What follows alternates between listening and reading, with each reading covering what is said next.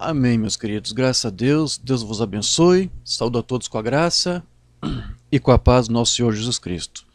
Nós pretendemos aqui agora fazer uma gravação de um estudo que eu ministrei aproximadamente 4 anos atrás, em 2014, lá nas igrejas do pastor Walter Paulino, em São José e Itajaí, Santa Catarina. Na ocasião fizemos várias ministrações, vários temas, e um dos temas que nós abordamos lá foi sobre a conversão de Israel. Só que nós tivemos um problema lá, o áudio não foi gravado pela mesa de áudio da igreja e não pudemos divulgar, né? Embora eu tivesse o texto, o esboço, eu não divulguei então por causa da ausência desse áudio. Eu queria que os irmãos pudessem também acompanhar. Então, o que eu tinha foi uma gravação que eu fiz com um gravador digital. Eu devo ter aqui. Aqui, eu usei esse gravador digital na época, né? Coloquei em cima do púlpito, aí fiz o registro pessoal meu, né? Mas o áudio aqui é ruim, é uma gravação com som de AM, então eu não disponibilizei publicamente para todos. Alguns chegaram até ouvir esse áudio. Então o que eu fiz? Algum tempo atrás um irmão pegou o texto, ou melhor, pegou o áudio dessa gravação que eu fiz e transcreveu. Então nesses últimos dias eu resolvi editar tanto o esboço que eu tinha quanto essa transcrição que foi feita literalmente dessa gravação, e resolvi unir as duas informações, porque eu aqui estava no esboço, às vezes eu não comentava tudo e alguma coisa que eu comentava não estava no esboço. Então, para tornar o texto mais completo, eu quero editar tudo e colocar depois, disponibilizar para os irmãos. Eu na época disse que achei interessante tratar sobre esse tema, que era um desafio para mim, tendo em vista que eu tenho visto essa carência entre os tabernáculos, entre os ministros da mensagem. Você não ouve eles falarem sobre Israel. E é um tema que você tem que tratar, porque se falamos da mensagem, se falamos da Bíblia, temos que falar também disso. E se nós pregamos a doutrina da mensagem, temos que abordar tudo que a mensagem trata. E o irmão Branham também tratou sobre Israel, falou sobre o povo judeu, né? Há algumas teorias que as igrejas ditas cristãs e evangélicas defendem, e nós temos que expor aqui para você saber, será que o irmão Branham concorda com essas teorias que eles defendem? O que a mensagem tem a dizer? Que resposta que nós conseguimos da mensagem para essas teorias? O irmão Branham concordaria ou não? Por isso que é bom a gente expor esses temas para nós tratar isso. Mas veja, há 4 anos atrás eu resolvi pregar isso devido a essa carência que eu encontrei. De lá para cá, meus queridos, infelizmente eu acho que o quadro não mudou. Eu ainda não vejo os ministros falando sobre Israel. E nós temos que tratar sobre isso. Então esse era o meu desejo de querer fazer aqui um registro, dessa vez tanto em áudio como também em vídeo, para que os irmãos possam estudar. Então esse material é exclusivo para os irmãos que estudam a doutrina da mensagem, ou que conhecem a mensagem, ou para aqueles novos que estão chegando e querem conhecer a mensagem, querem saber o que o irmão Branham pensava acerca desses assuntos que nós vamos tratar aqui. Então é isso que nós pretendemos fazer. Nós vamos fazer aqui esse registro e nós esperamos que isso possa ajudar os irmãos. Eu vou fazer aqui a leitura das notas que eu editei e ao mesmo tempo eu vou aqui fazer os nossos comentários. Amém? O texto na ocasião que eu usei como base para esse estudo se encontra lá em Romanos capítulo 11, a partir do versículo 25. Mesmo que você esteja ouvindo ou vendo uma gravação, um vídeo, se você tem a sua Bíblia, se você quiser acompanhar a leitura que vamos fazer, seria bom você nos acompanhar. Amém? Então, Romanos 11, 25 diz assim. Vamos ler até o versículo 29. Porque não quero, irmãos, que ignoreis este mistério, para que não sejais presumidos de vós mesmos, que veio endurecimento em parte a Israel, até que haja entrado a plenitude dos gentios, e assim todo Israel será salvo. Como está escrito, virá de Sião o libertador, e ele apartará de Jacó as impiedades. Esta é a minha aliança com eles quando eu tirar os seus pecados. Quanto ao evangelho, são eles inimigos por vossa causa. Quanto, porém, à eleição, amados por causa dos patriarcas, porque os dons e a vocação de Deus são irrevogáveis. É muito profundo isso aqui que o apóstolo Paulo está nos dizendo. Eu espero que ao longo desse estudo nós possamos ter um entendimento amplo do que ele está falando aqui para nós. Mas, meus irmãos, uma coisa que eu quero aqui iniciar, para deixar muito bem claro para vocês, é de que existe entre as igrejas evangélicas, na grande maioria delas, uma teoria sendo defendida. Essa teoria é chamada teologia da substituição ou teologia reformada. O que essa teologia da substituição ensina? Que Deus hoje não olha mais para Israel como uma nação, como um povo, como uma nação, como um país. Deus não olha mais Israel dessa maneira. Deus agora olha apenas para a igreja gentílica.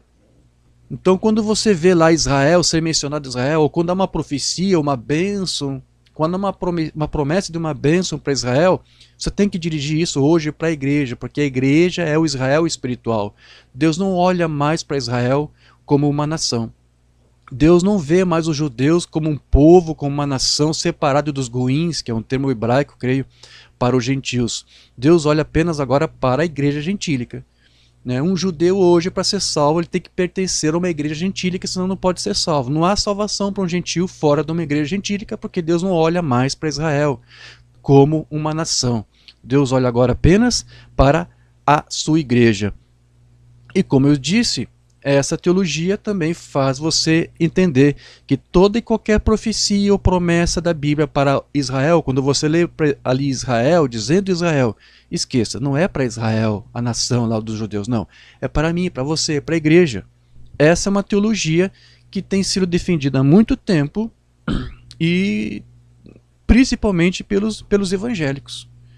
Mas só que essa teoria, meu querido, essa teologia, ela possui muitos problemas, porque ela não é bíblica. A princípio, para que essa teologia fosse bíblica, ela teria que estar de acordo com as Escrituras. Mas você vai encontrar na própria palavra de Deus, onde ele diz que ele nunca, jamais rejeitará Israel como uma nação. Nunca. Então, para que isso acontecesse, para que Deus rejeitasse hoje, ou não olhasse hoje para Israel como nação, como as igrejas estão dizendo, Deus, na verdade, teria que mudar a sua própria palavra. E Deus teria que mudar muita coisa. Para que isso acontecesse, Deus teria que mudar suas leis, Deus teria que mudar a sua própria palavra. Deixa eu ler para você o que Deus disse lá no livro de Jeremias. Deus através do seu profeta Jeremias. Jeremias 31, verso 35 a 36.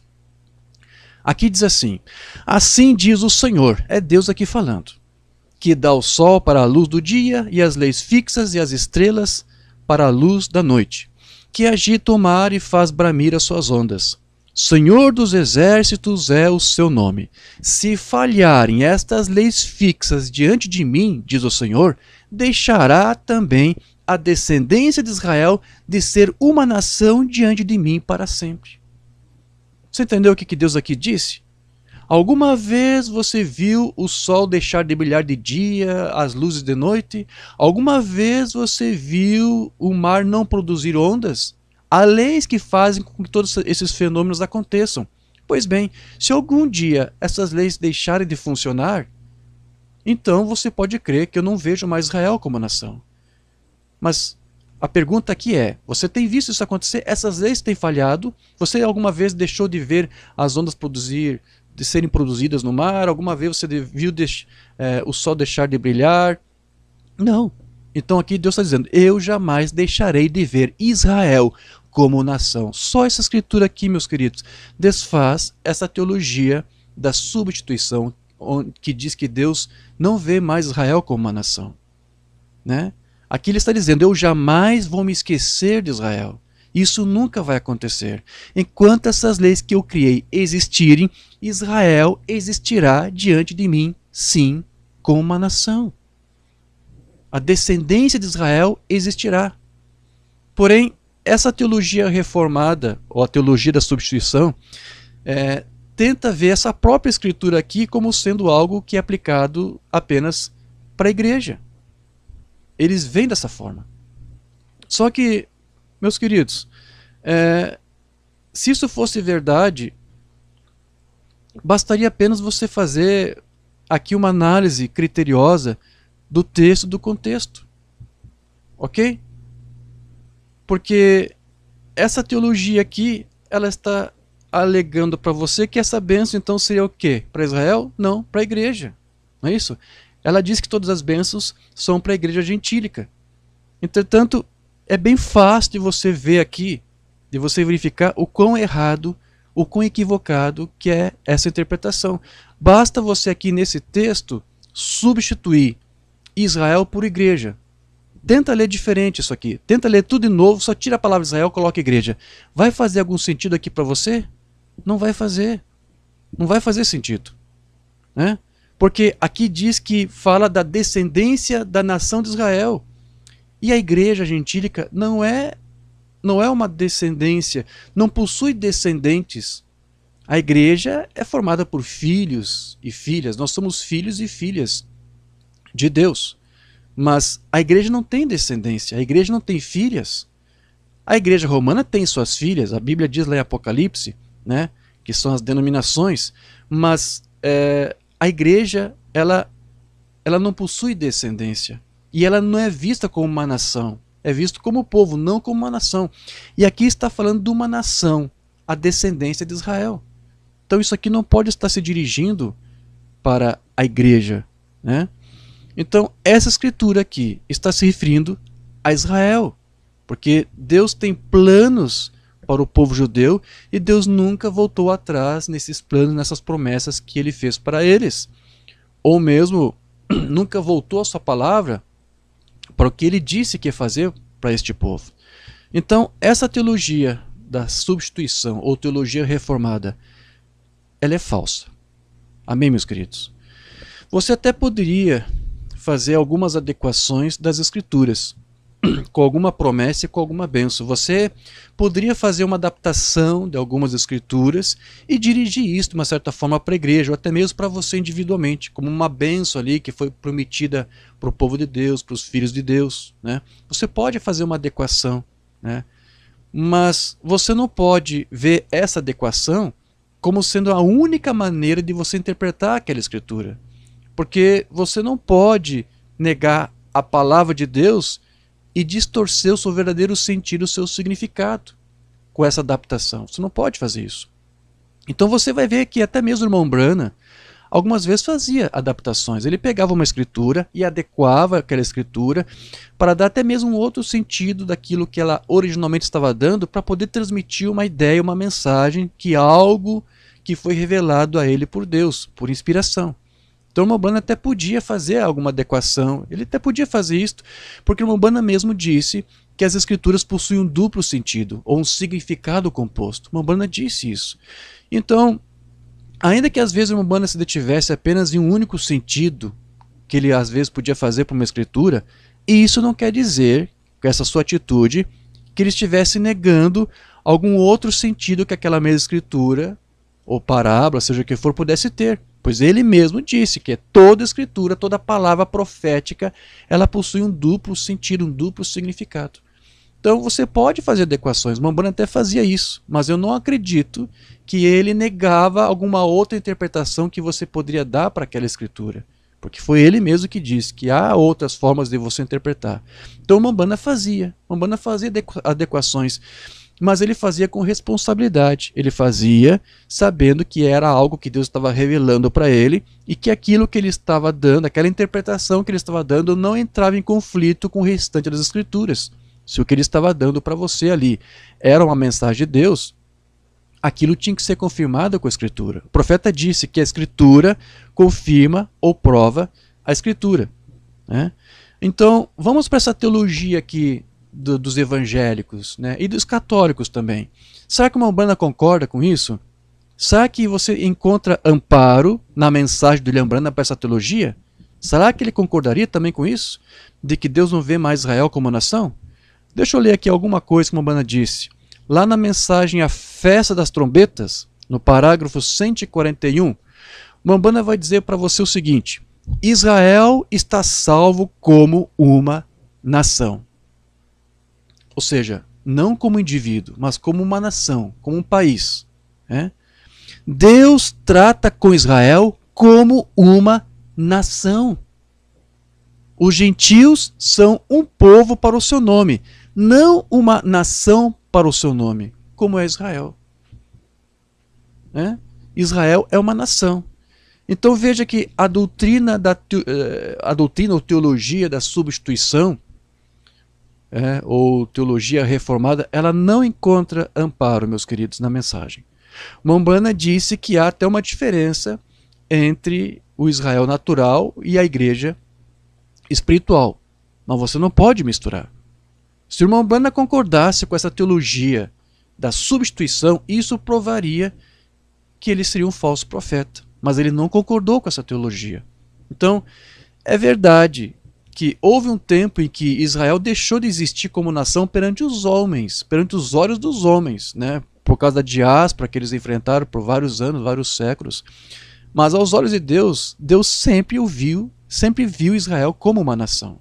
Deus disse que no dia que Israel quebrasse a aliança que Deus havia feito com eles lá no Sinai, Deus disse, ele prometeu que o dia que Israel quebrasse a aliança, Deus iria espalhar Israel diante das nações, perante as nações.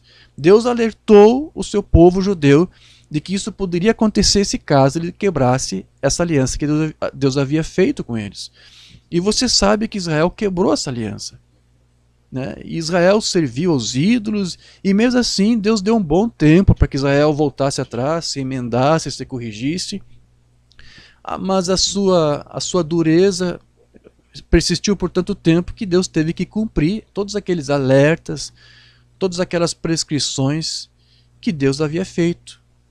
E isso aconteceu, Israel foi desterrado, Israel foi espalhado pelas nações. Vamos ler isso está lá em Deuteronômio 28, versículos 63 a 64. Assim como o Senhor se alegrava em vós, outros, em fazer-vos bem e multiplicar-vos da mesma sorte, o Senhor se alegrará em vos fazer perecer e vos destruir. Sereis desarraigados da terra a qual passais para possuí-la. O Senhor vos espalhará entre todos os povos. Mas mesmo assim Israel seria uma nação, só que estaria espalhado entre as outras nações.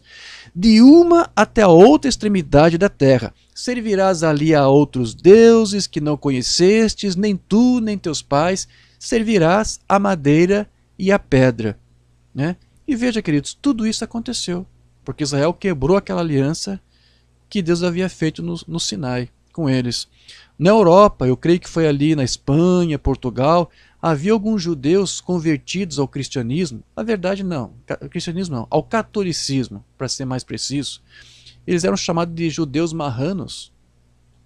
Eles foram forçados a conversão, a se curvar diante dos ídolos lá de madeira de Roma, para eles não serem queimados na fogueira da Inquisição. Então, a escritura aqui se cumpriu. Vocês vão ter que servir a outros ídolos de madeira, de pedra. Os judeus tiveram que fazer tudo isso. E então, em virtude disso, as escrituras já previam de antemão que as nações alimentariam um grande ódio pelo povo judeu, quando eles estivessem espalhados entre as nações gentílicas. É o que se chama de antissemitismo. Esse sentimento antissemita que você vê aí, isso foi profetizado também. Esse ódio que as nações teriam pelos judeus. Você quer ver isso? Deuteronômio 28, 38. Eu vou ler na tradução que está na NVI.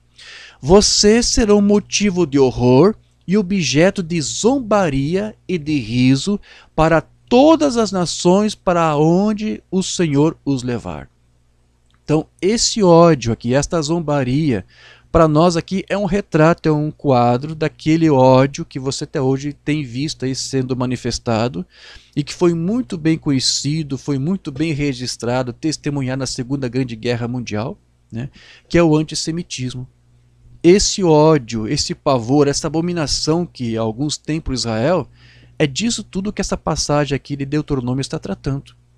Então você vai ver que ao longo das eras, ao longo dos séculos, inúmeros povos se apoderaram de Jerusalém, da Cidade Santa. A Cidade Santa ela foi disputada por todos os grandes povos da história. Vou ler aqui para você a lista que eu fiz. Você vai ver, começando pela Bíblia, aquela ocasião em que houve o cativeiro egípcio, Babilônia se apossou da cidade santa. Depois da Babilônia foi a vez de quem? Dos Medo-Persas, se você está lembrado disso. Depois dos Medo-Persas, quem foi? Os gregos, Alexandre o Grande, lá em 300 a.C. E depois de Alexandre, quem foi? Quem foi que se apoderou da cidade santa? Foi a vez dos egípcios. Depois dos egípcios, foi a vez dos assírios. Depois dos assírios, então, vieram os romanos. Depois, com os romanos, depois de Roma, foi a vez dos islâmicos, os árabes. E eles só foram dispostos depois pelas cruzadas, né? Foi a vez dos europeus ali tomarem conta da cidade santa. Depois das cruzadas, foi a vez dos mamelucos islâmicos do Egito. E depois desses mamelucos islâmicos do Egito, foi a vez dos turcos otomanos. E só estes últimos governaram sobre Jerusalém por mais de 400 anos. E durante todo esse tempo, né, Israel, ou melhor, o povo de Israel, os judeus, eles ali viveram e sofreram. Então, Israel sempre foi disputado. Então veja que Israel seria perseguido e seria detestado pelas nações, e tudo isso estava previsto de acordo com a palavra de Deus. Deus disse que isso ia acontecer. Vamos para uma outra escritura aqui agora, Jeremias 29, verso 18. E persegui-los-eis com a espada, e com a fome, e com a peste, falo-eis um espetáculo horrendo para todos os reinos da terra, e os porei por objeto de espanto e de assobio e de opróbrio entre todas as nações para onde os tiver arrojado. Deus disse que ia fazer isso com o povo judeu, quando eles quebrassem as suas leis. Agora, veja que interessante. Esse pessoal que inventou a teologia da substituição, que diz que tudo que se refere a Israel, na verdade, é dirigido para a igreja, quando eles leem coisas desse tipo, você será motivo de espetáculo horrendo, objeto de espanto, assobio, opróbrio. Aí, nesse caso, eles não convertem isso para a igreja. Aí eles dizem, não, isso aqui é para o judeu. Vê a diferença? Não, aqui sim, aqui é para Israel. Mas a teologia da substituição faz você ver tudo agora voltado ou se cumprindo para a igreja. Mas olha só a falsidade desse povo. Aqui eles dizem, não, isso aqui está sendo cumprido sim com o judeu. É o judeu que está passando por opróbrio e tudo. Mas a igreja também. Se a igreja rejeitasse a sua lei, a sua palavra, ela também seria objeto de tudo isso aqui. Né? Mas na verdade não vamos fazer a mesma adequação que eles fazem. Isto aqui realmente é dirigido para o povo judeu. Mas você sabe que estamos na última era da igreja, que é a era de Laodiceia, né? Que vai ser vomitada. Vai ser vomitada ou está sendo vomitada da boca de Deus. Então, alguns teólogos aqui da substituição admitem que isso aqui é um cumprimento para Israel. Por quê? Porque é desfavorável você dizer que isso aqui é para a igreja, né? Então, aí eles têm que dizer que isso aqui é para o povo judeu. Então veja que é bastante conveniente para eles, né? Mas, de fato, esse quadro aqui, de Jeremias 29, ele está mostrando para você o problema que Israel vem enfrentando ao longo dos séculos, e é por isso que eles têm passado por tudo isso. Né? Israel, ele sempre teve os seus inimigos ao longo dos séculos. Atualmente, nos dias de hoje, Israel possui pelo menos dois grandes inimigos. Né? Os dois grandes inimigos da atualidade de Israel é, em primeiro lugar, o povo árabe, o povo islâmico, e em segundo lugar, adivinha quem é? Isso mesmo, o Vaticano, a Igreja Romana. Esses são os dois maiores inimigos do povo judeu hoje. Ok?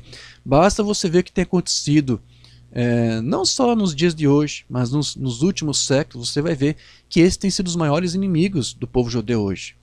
Então, por exemplo, falsamente se contou na história que nas primeiras cruzadas os católicos teriam desejo de libertar a cidade santa de Jerusalém e devolver essa cidade para Israel.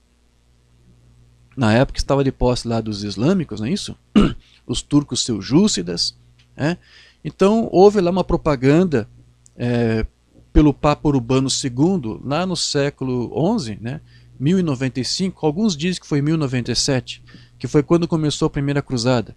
Eles disseram lá que eles queriam devolver Jerusalém para o povo de Israel. Deixa eu ler aqui o discurso que o Papa Urbano II fez na época, quando ele promoveu a primeira cruzada. Temos que conquistar aquela cidade santa e devolver para Israel. Aqui ele disse: empreendei o caminho do santo sepulcro, arrancai aquela terra daquela raça malvada e submetei-a a vós, porque ela foi dada por Deus em propriedade aos filhos de Israel, como diz a Escritura, nela correm rios de leite e mel. Esse é o discurso do Papa Urbano II para justificar um ataque, uma invasão a Jerusalém, a cidade santa, alegando que eles deveriam devolver isso para Israel. Então, quem é essa raça malvada aqui que o Papa fala? Temos que tirar essa terra daquele povo malvado, daquela raça malvada. Quem era essa raça malvada que Urbano II estava falando aqui? Será que era apenas dos turcos seljúcidas que estavam lá na época? Não. O Papa Urbano II também estava incluindo aqui os judeus, como essa raça malvada aqui. Então, ele está tratando não apenas daqueles povos ali, mas também dos judeus. Quando você vai estudar ali a história, você vai ver que quando aqueles guerreiros que o Papa enviou, diz que foi mais de 500 mil guerreiros, saindo da Europa em direção a Israel, durante todo o percurso, eles mataram todos os judeus que eles encontraram pelo caminho. Havia inclusive um famoso general lá da primeira cruzada, um general francês, Godefroy de Bouillon. Este homem ele fez um juramento dizendo que vingaria a morte de Cristo, matando até o último judeu que ele pudesse encontrar. E foi o que ele fez. Eles mataram vários judeus ao longo do caminho. Quando eles chegaram em Jerusalém, cercaram a cidade, durante 5 semanas foi o tempo que durou o cerco, até que eles conseguiram penetrar nas muralhas e entrar, invadir e tomar conta da cidade e matar aquelas pessoas que estavam ali, inclusive os judeus. Os poucos judeus que ali se permitiam viver se refugiaram nas sinagogas e os cruzados queimaram vivo todos os judeus dentro daquelas sinagogas. Mas como, irmão Diógenes? O Papa Urbano não disse que devolveria Jerusalém para os filhos de Israel? Sim, mas eu creio que você já está entendendo. Essa teologia da substituição não é uma coisa recente, é uma coisa antiga. Foi Roma que inventou isso. Na verdade, Roma é a mãe de todas as teologias falsas, não é verdade? Então foi aí que começou essa teologia da substituição. Israel não foi conquistado para ser devolvido para o povo judeu, a cidade santa de Jerusalém. Não. O Papa queria fazer de alguma forma ali da cidade santa de Jerusalém o seu Vaticano. Sempre foi esse desejo. Então aquilo foi uma propaganda enganosa, porque ali desde o início você vê que eles já estavam interpretando as escrituras de uma outra forma. O Israel espiritual é a igreja romana. Então a cidade santa deveria ser devolvida para Israel, que na verdade são os filhos de Roma. Era essa interpretação que eles estavam dando ali para a escritura. E aí você começa a ver que o quadro de Jeremias 29, que trata do antissemitismo, vem se cumprindo então desde aquele tempo até os dias de hoje. E como nós dissemos, esse ódio antissemita ele foi muito bem testemunhado nesses últimos dias através da Segunda Guerra Mundial, onde mais de 6 milhões de judeus foram mortos nos campos de concentração, nas câmaras de gases.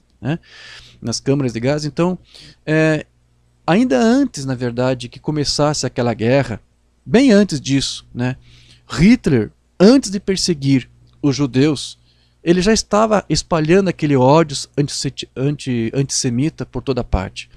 Por exemplo, é muito conhecido aquele caso do transatlântico St. Louis, que saiu da Europa em 1939 com mais de 900 refugiados judeus. Sabendo da política antissemita de Hitler, esses judeus tentaram buscar amparo, buscaram refúgio em outros países.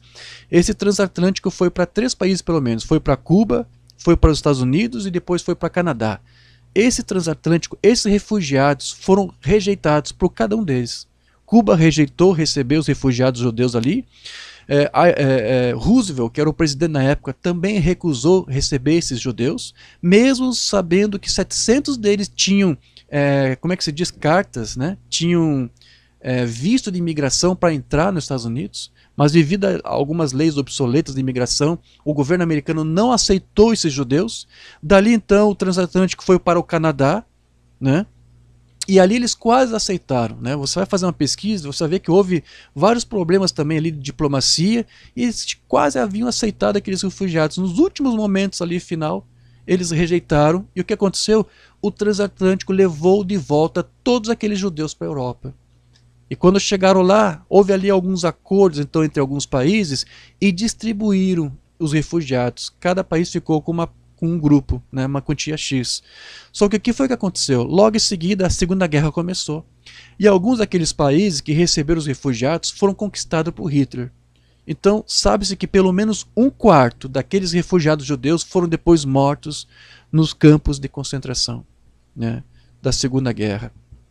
Porque você sabe que Hitler procurava o que se chama de uma solução final para o povo judeu. Ele queria o extermínio de Israel, ou do povo judeu. Então, observe que este quadro aqui de Jeremias 29, ele vem se cumprindo literalmente. Porém, mesmo com toda essa perseguição, o holocausto da Segunda Guerra e o opróbrio que estava profetizado, havia ainda assim uma promessa bíblica de que algum dia Israel voltaria para a sua terra. Eles voltariam a viver ali. Por que isso? Porque Deus nunca deixou de ver Israel como uma nação. Nunca. Olha só a promessa que Deus fez para Israel, lá em Jeremias 3,18. Naqueles dias, a casa de Judá irá à casa de Israel. Juntos virão do país do norte para a terra que dei como herança a vossos pais. Vamos lá. Será que você conseguiria converter isso aqui para a igreja? Dá para trocar aqui Israel por igreja? Faria sentido você substituir aqui Israel por igreja? Não faria sentido nenhum, meu querido. Essa teologia da substituição aqui é falsa. Isso aqui é uma promessa para o povo de Israel, para Israel como nação. Veja o que diz mais ainda lá em Jeremias 38, verso 8 a 10. Eis que os trarei da terra do norte e os congregareis da extremidade da terra. E entre eles também os cegos e aleijados, as mulheres grávidas e as de parto, em grande congregação. Voltarão para aqui, eu vou trazer vocês de volta para a terra de vocês. Virão com choro e com súplicas os levarei, guiá-los-ei aos ribeiros de águas, por caminho reto em que não tropeçarão, porque sou pai para Israel. Efraim é o meu primogênito. Ouvi a palavra do Senhor, ó nações, e anunciai nas terras longínquas do mar, e dizei, aquele que espalhou Israel. Não está falando da igreja. Por favor, a igreja não foi espalhada aqui como diz. Não. Aquele que espalhou a Israel, né? O congregará e o guardará como o pastor ao seu rebanho. Então Deus provou que era o bom pastor de Israel, né? Na resolução de número 181 da ONU, do dia 29 de novembro de 47, foi decretado que deveria ser criado o Estado de Israel. A Palestina ali então deveria ser dividida em duas partes, sendo que uma parte, 18%, seria para os judeus e o restante, 82%, seria para o povo árabe. Então a divisão aconteceu no dia 14 de maio de 48, que é quando Israel comemora a sua independência, e ali foi instituído o Estado de Israel. Então, as escrituras que nós lemos aqui de Jeremias 3, Jeremias 31, elas todas se cumpriram literalmente. A palavra de Deus, ela é fiel e ela é verdadeira. Foi tão verdadeira quanto disse que Israel seria espalhado quando quebrasse a aliança, como é verdadeira e que se mostrou ser verdadeira quando Israel voltou para a terra conforme Deus disse e prometeu que faria. Na noite do dia 14 de maio, quando os judeus decretaram a sua independência, 6 nações árabes invadiram Israel para tomá-la de volta. E Israel conseguiu expulsar todas as 6 nações.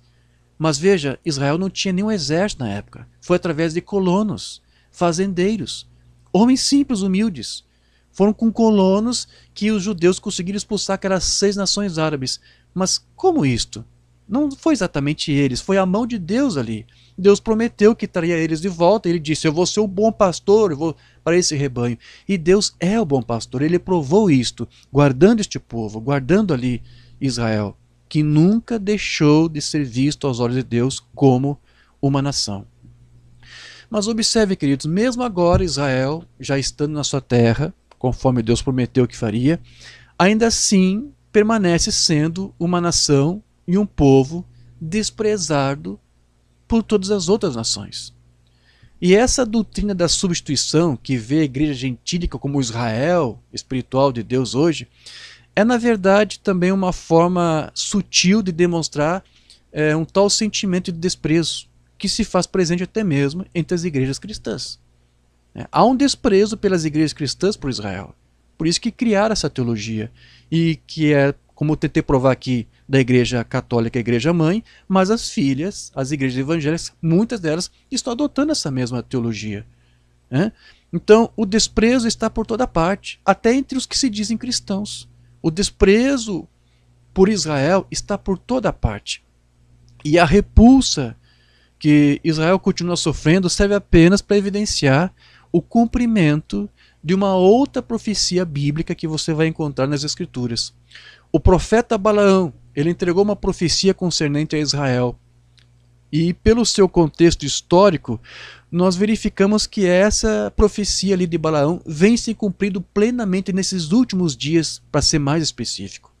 Vamos ver com essa profecia? Você vai encontrar isso lá em Números 23, versículo 9.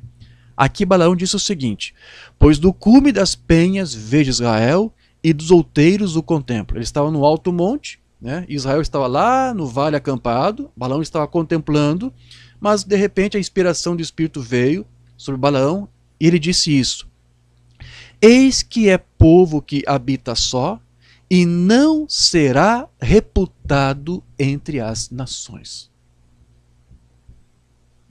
Então veja, isso está se cumprindo hoje. Essa palavra aqui, reputado, ela vem lá do hebraico naushab.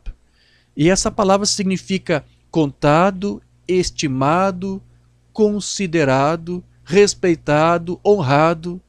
Ou seja, dizer que Israel não seria reputado, não será reputado entre as nações, quer dizer o quê então? Quer dizer que não seria respeitado, não seria honrado, não seria considerado, não seria estimado ou sequer contado. E nós vemos, queridos, que isso hoje está se cumprindo literalmente em nossos dias. Hoje as nações, a grande maioria, desprezam Israel. Até mesmo blocos econômicos, como por exemplo o Mercosul. Há vários países que são hoje pró-árabe, a favor dos árabes e contra Israel. Infelizmente o nosso governo atual, por exemplo, tem que fazer esse registro, é uma mancha negra para a nossa história do nosso país. Nossos últimos governos são pró-árabes, são contra Israel. Há um senhor agora que está preso. Está preso porque é um criminoso, senão não estaria lá. Mas, tempos atrás, esse senhor foi um presidente deste país. Você sabia que quando ele foi um presidente, sem consultar a mim e a você, esse senhor tirou dos nossos impostos cerca de equivalente a 25 milhões de dólares e financiou ao Hamas? Você sabia disso? Doou 25 milhões de dólares para o Hamas. Quem é o Hamas? Você sabe quem é? É aquele povo que fica lá na fronteira de Gaza, que cava túneis para chegar lá do outro lado, para levar lá armamentos, munições e homens-bomba para criar terrorismo na terra de Israel. Esse senhor financiou esse povo. O outro governo que veio depois dele foi mais desastroso ainda, não aceitou um embaixador de Israel. E o atual, que substituiu todos eles, também está na mesma qualidade, está no mesmo estágio, porque recentemente ele se opôs contra Israel, votou contra Israel, alegando que Israel está ferindo direitos humanos, as leis dos direitos humanos. Então, esses nossos últimos governos estão debaixo de uma maldição. Mas maldições se quebram. E a única forma de nós quebrarmos isso é colocar um outro líder lá, um outro presidente, um outro chefe, outro cabeça, um outro big boss man aí, que tenha pelo menos a mesma postura como o nosso presidente atual aí dos Estados Unidos, Donald Trump, tem tido com relação a Israel. Tem demonstrado um respeito. E isso tem promessa da Bíblia para isso. né? Abençoarei aqueles que te amaldiçoarem e amaldiçoarei aqueles que te amaldiçoarem. Todos aqueles que têm amaldiçoado Israel têm sido amaldiçoados. Nossos governos têm sido amaldiçoados porque têm amaldiçoado Israel. Se você abençoar Israel, você vai ser abençoado, né? E a única forma de quebrar essa maldição que está sobre o nosso país por causa dessas lideranças é colocar lá alguém que tenha respeito, que tenha mais consideração a este povo, né? Que Deus nunca desconsiderou, nunca deixou de ver como nação. Mas isso é um registro aqui que eu estou fazendo. Todas as nações hoje, a maioria delas, são contra Israel. A maioria. Por que isso? Porque isso é uma profecia. Israel não seria reputado, não seria considerado entre as nações, né? As Nações Unidas é um órgão que conta as nações. E ela é formada por mais de 190 países. E praticamente todas as nações podem se assentar rotativamente, por exemplo, no Conselho de Segurança da ONU. Todas as nações podem, menos Israel. Israel é proibida. Até nações terroristas como o Sudão já assentaram no Conselho de Segurança da ONU, mas Israel não pode. Todas as nações podem participar da Cruz Vermelha Internacional, todas, menos Israel, é proibida, né? Todas as nações podem. Se isso aqui não for um cumprimento de Deuteronômio 29, 23:9, então não sei o que é. Então, como eu disse, as nações elas são pró-árabe e elas são contra Israel. A ONU já fez mais de 370 condenações contra Israel por simplesmente ter se defendido dos ataques terroristas que tem sofrido, né? Mas nenhuma vez a ONU condenou os ataques terroristas que têm sido levantados contra Israel. Até mesmo aquele líder da OLP, o Yasser Arafat, né, nenhuma vez foi criticado ou condenado pela ONU, muito pelo contrário. Recebeu o Prêmio Nobel da Paz. Mesmo Arafat ter dito publicamente que a paz para o povo árabe significaria a extinção completa do povo judeu. Arafat disse isso e recebeu o Prêmio Nobel da Paz. Então, as nações são contra Israel, né? Alguns registros aqui que eu quero ler para você. Em março de 99, a União Europeia não reconheceu a soberania dos judeus sobre Jerusalém. Houve uma bula papal também, inclusive criado pelo Papa João Paulo II na época, em 2000, onde ele rejeitava a soberania de Israel sobre Jerusalém. Por que isso? Estou tentando dizer para você, esses são os dois maiores inimigos de Israel hoje, o povo árabe e o catolicismo. E todos que estiverem ligados ao catolicismo, ao Vaticano, também vão ser, né? Então, nós sabemos que historicamente Israel sempre foi cobiçada também por Roma. Quando a Companhia de Jesus, de Inácio de Loyola, foi criado, leia a história, você vai ver que os jesuítas, desde o início, um dos principais objetivos dessa Companhia de Jesus era fazer de Jerusalém o seu Vaticano. É um sonho também do Papa, né? Mas por isso que eles nunca vão reconhecer essa cidade santa como pertencente aos judeus. Inclusive, em fevereiro de 2000, a Igreja Romana assinou um acordo com a OLP, com o povo árabe, onde se pedia garantias internacionais para que Jerusalém fosse mantida sob controle internacional e não dos judeus. O Vaticano simplesmente não admite que os judeus tenham controle sobre Jerusalém. Então veja que esses dois principais inimigos de Israel muitas vezes estiveram juntos para maquinar contra a soberania do povo judeu sobre aquela terra que Deus devolveu para eles. E é interessante observar que os judeus sempre foram impedidos de viver em paz nas terras palestinas. Mas os palestinos, que são os árabes, eles conseguem viver em paz com os judeus lá em Jerusalém, né? Mas não há a mesma recíproca, infelizmente. Agora, por quanto tempo será que isso vai durar? Por quanto tempo será que vai continuar essa perseguição histórica das nações contra Israel? Por quanto tempo ainda haverá essa disputa histórica das nações pela Cidade Santa? Até quando isso vai durar?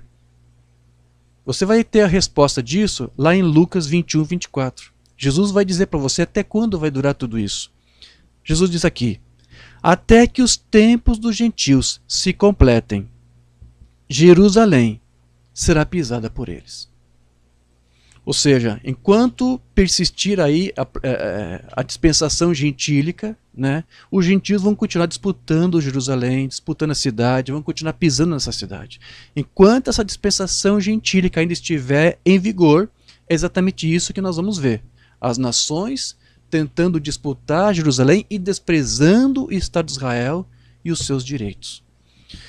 Mas observe que aquilo que foi dito lá na antiguidade, então, está acontecendo hoje.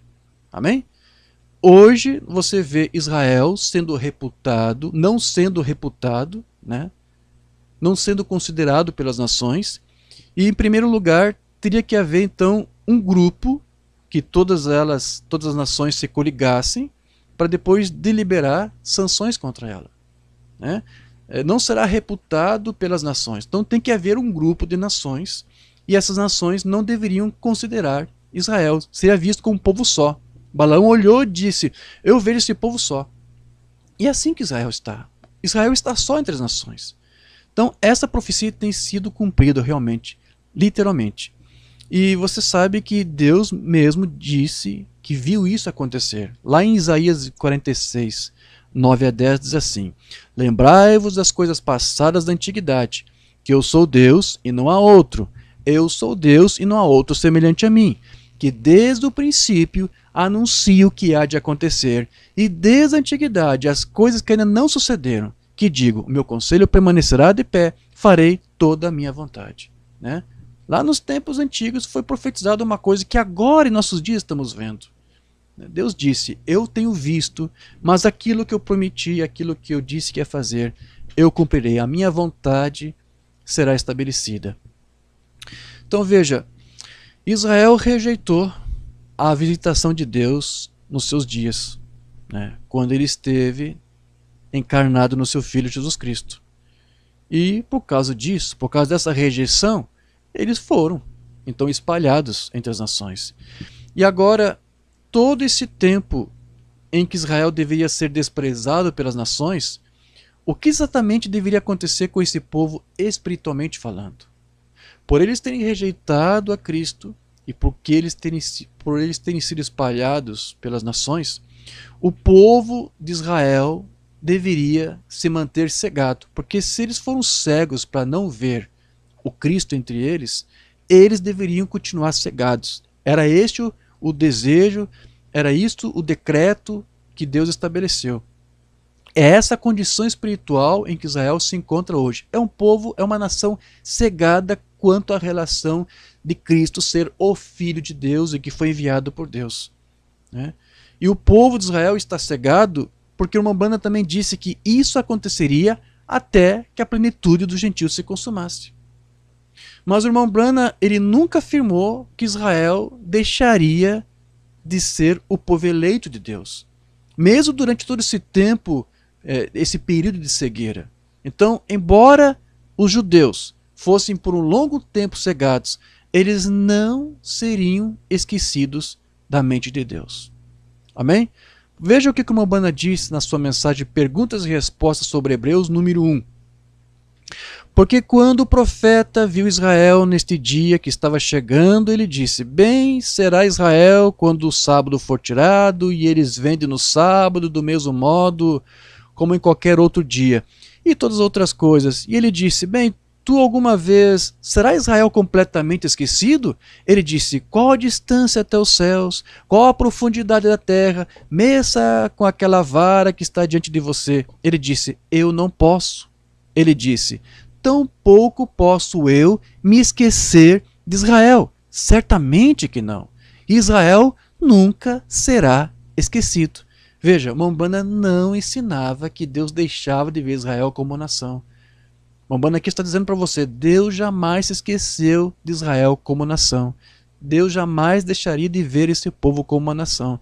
Deus sempre viu e sempre verá Israel dessa maneira. Deus tem planos eternos para Israel. O profeta continua dizendo mais, se eu tivesse tempo para estudar, então eu poderia pegar rapidamente na escritura, eu poderia citá-las para você. Veja, as que vêm à minha mente. Paulo falando aqui, disse para que nós gentios ficássemos atentos à maneira como andássemos e o que fizéssemos. Vê, porque se Deus não poupou o primeiro galho, veja, e nós apenas sendo enxertados, e que Israel estava cego para a estação, ele disse, apenas por um período Israel foi cegado, é só por um tempo. Isso mesmo. Mas o véu será levantado dos seus olhos. Algum dia isso vai acontecer. E isto acontecerá quando? Quando o último gentio nascer no reino de Deus. E então o véu será levantado dos olhos de Israel. Quando o último gentio entrar, terminará a plenitude dos gentios, os gentios não pisarão mais na terra, porque Deus vai voltar-se outra vez para Israel. Quando isso? Quando o último gentio entrar. Então, meus queridos, se você vê algum ministro falso dentro da mensagem mesmo, dizendo que o último gentio já entrou, é só você ver, averiguar se isso está acontecendo. Será que o véu de Israel já foi tirado? Será que eles já estão enxergando? Será que já houve uma conversão nacional do povo judeu? Porque as escrituras tratam sobre isso. Nós estamos estudando para chegar neste ponto. As escrituras falam que haverá uma conversão nacional de Israel, como uma nação. Isso já aconteceu? É o que vai acontecer quando o véu será removido. Você vê os judeus lá em Israel reclamando Cristo como Messias, Jesus, Cristo como Messias. Isso não aconteceu. O véu ainda está sobre eles. Eles ainda estão cegados. Por quê? Porque, por conclusão, o último gentio ainda não entrou. Então, alguns estão dizendo, o último gentio já entrou. Esqueça. Ok? Basta você ficar com o que o Mambana aqui diz. Depois ele diz mais. E eles dirão, este é o Messias, quando houver a conversão, quando o véu for removido dos olhos de Israel como nação. Né? Este é o Messias o qual esperávamos ver. Então, Israel fará isso quando houver essa conversão deles. Isso mesmo, mas a porta do gentio é fechada. Quando Deus se voltar para Israel, ele vai voltar, virar as costas para os gentios. Acabou a dispensação gentílica. Não haverá mais. Não restará mais graça para o povo gentil, para o gentil naquele tempo. Então veja, o Mambana ele fala que um dos mistérios de Deus trata justamente sobre essa cegueira de Israel. Aliás, este é um dos mistérios que ele disse que pertence à Bíblia, um dos mistérios da Bíblia, o qual Mambana até numerou como o segundo mistério mais relevante. Você vai encontrar isso na mensagem Senhores, é este o tempo. Parece que ele está citando aqui as notas da Bíblia de Scofield. Mambana diz aqui, os maiores mistérios e os grandes mistérios são, número 1, o mistério do reino dos céus. Esse é aquele sobre o qual estamos falando agora, Mateus 13, versos 13, 3 a 15. E número 2, segundo mistério. O segundo mistério é o mistério da cegueira de Israel durante a presente era, com contexto em Romanos 11, 25, que é o texto que nós lemos no início desse estudo. Então entenda que é por isso que eu tenho que dizer para os irmãos que nós temos que tratar um pouco desse assunto. Né? Nós temos que falar um pouco disso, porque isso faz parte de um dos mistérios da Bíblia. E a mensagem envolve toda a Bíblia. E o Mambana tratou sobre isso, tratou sobre esses mistérios. Então, ainda que tenha havido um descaso até pelos nossos ministros da mensagem, que não tratam disso, o tema Israel está totalmente fora dos seus púlpitos. Nós temos que tratar, nós temos que falar sobre isso. Então, antes que Jerusalém seja pisada pela última vez pelos judeus, pelo povo gentil, pelas nações gentias, antes que isso aconteça pela última vez, antes que isso se complete, Deus ele vai preparar um profeta para anunciar a mensagem de Deus para este povo judeu. Será um profeta judeu para um povo judeu, para a nação de Israel. Deus vai levantar, na verdade, o Moisés e o Elias, como você vê lá em Apocalipse 11, creio que está lá. Né? Mas veja, antes disso, antes de Deus dirigir esses profetas para Israel, para o povo judeu, Deus enviou para nós gentios um profeta também. E era um profeta gentil. Né? Foi um profeta gentil e nós cremos que o irmão Brana, ele foi um profeta de Deus enviado para nós. Foi um profeta vindicado. Gentil, é verdade, mas era um profeta de Deus vindicado. Algum tempo atrás, eu recebi um e-mail do irmão que faz parte desses grupos messiânicos que confessam Jesus como sendo o Messias, admite que Jesus é Messias, né? Yeshua HaMashiach. Então, esse irmão messiânico, talvez fosse judeu também, eu não sei. Porque ali é uma mistura, há alguns que são judeus, outros são gentios que se judaizam, guardam a lei, guardam as festas, guardam os sábados, né? Esse irmão me escreveu um e-mail dizendo o seguinte, vocês estão crendo neste profeta William Branham, Só que este William Branham, este profeta, é falso porque ele é um gentio. Você tem que ficar com a Bíblia hebraica. Nem sequer essa Bíblia que vocês leem é uma Bíblia correta, porque essa Bíblia de vocês é a Bíblia católica, porque essa Bíblia está cheia de acréscimos, cheia de interpolações. Você tem que ficar com a Bíblia hebraica. E você vai ver que Deus nunca escolheu gentios para serem seus profetas. Todos os profetas de Deus são judeus. Todos os profetas de Deus vieram de Israel. Então eu quero crer que esse irmãozinho que falou isso, ele tinha um profeta, na verdade ele até me deu alguns links nos vídeos, eu vi qual era o profeta deles. Era um profeta judeu, realmente. Então ele tem essa tese, todos os profetas de Deus são apenas judeus. Deus nunca escolheu um gentio para ser seu profeta. Quando esse irmãozinho messiânico me escreveu, imediatamente eu mandei uma resposta de volta. Eu disse, meu querido, se você crê realmente que Deus nunca usou gentios para ser seus profetas, então você vai ter que pegar essa tua Bíblia hebraica que você gosta tanto, rasgá-la e pô-la no lixo. Porque lá na tua Bíblia hebraica diz que Deus escolheu Noé para ser um profeta seu. Agora, prove para mim que Noé era judeu. Prove para mim que Abraão era um judeu. Deus pegou Noé e Abraão, quando eram incircuncisos, gentios, e fez deles, mesmo sendo gentios e incircuncisos, fez deles seus profetas. Eu lembro que eu não citei Enoque, mas eu também poderia ter citado. Enoque foi um profeta de Deus também. E Deus até o levou para que ele não visse a morte. Ele foi um profeta, era um gentio, não era judeu. Dali pouco menos de 30 minutos, no máximo 30 minutos, esse irmãozinho messiânico me escreveu de volta, já mudando um pouco o discurso. Lógico, eu desfiz toda a base principal da teologia dele. Ele escreveu assim, irmão, realmente, eu vou ter que admitir que realmente Deus usou gentios para serem seus profetas. Mas mesmo assim, esse profeta gentil, William Branham, que vocês creem, é falso porque não ficou com toda a palavra. Ou seja, não adiantou nada. Para mim, quando eu li aquilo ali, aquela resposta, o que eu estava vendo ali foi um quadro que se pintou ali na minha frente. É como se ele estivesse dizendo para mim, olha, irmão Jorge, eu vou ter que reconhecer que meus fundamentos não eram tão firmes, não eram tão sólidos como eu pensava que eram. Você me provou que os meus fundamentos são areia movediça, e eu estou me afundando neles, mas sabe, deixa assim, irmão Jorge, não me estenda a mão para me ajudar a me tirar desse lamaçal. Tá bom assim, estou gostando assim e quero continuar assim. Esse quadro foi que foi pintado para mim quando esse irmãozinho messiânico me disse isso. E é interessante que você não vê apenas entre esses irmãos, esses ismos, nas denominações, até dentro da mensagem eu tenho visto isso, queridos. Quando você, por exemplo, quer ajudar os irmãos da mensagem que estão pregando unicismo e tentando convencer para eles que essa não é a mensagem do William Branham, quando você está tentando estender a mão para ajudá-los, eu vejo alguma coisa muito parecida vindo deles também. Olha, não estique a mão, não me ajude porque eu aprendi assim, está certo assim, eu quero viver assim e vou ser sempre assim. Dentro da mensagem encontramos isso. Parece até que eles estão cantando aquela musiquinha lá da Gabriela, da antiga novela da televisão que tinha aí. Lembra? A geração mais antiga deve lembrar. Os de recente não vão saber. Tinha uma novela lá com uma música tema chamada Gabriela. E parece que alguns crentes estão cantando. Dentro da mensagem, estão cantando aquela musiquinha Gabriela. Porque são crentes Gabriela. Não é isso?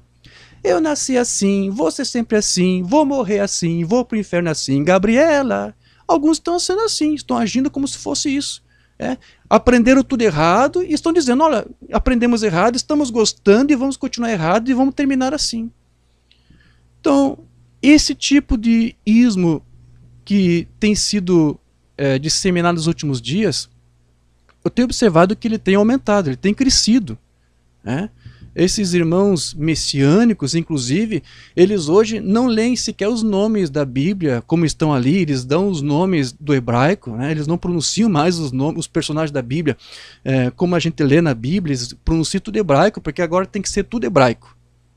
Você tem que ler tudo hebraico porque é essa a forma correta de você falar. Até na verdade, eles dizem que o nome correto que você tem que pronunciar de Jesus teria que ser conforme o hebraico. Nós devemos ficar somente com o hebraico porque eles dizem que o hebraico é o original. E tem havido isso hoje, uma grande fome pelo original. E alguns desses ismos têm dito que você tem até que fazer exatamente isso. Então, alguns judeus messiânicos, eles dizem que não consideram William Branham como um profeta, porque não era judeu, era gentil. Mas vamos lá, quando Deus enviar aquele profeta judeu para Israel, aquele Elias será um profeta judeu para o povo judeu. Mas a mensagem que aquele Elias dos judeus vai pregar para os judeus vai ser a mesma mensagem que o William Branham pregou. William Branham disse que aquele Elias não vai pregar a lei, ele vai pregar a Cristo, vai pregar Cristo.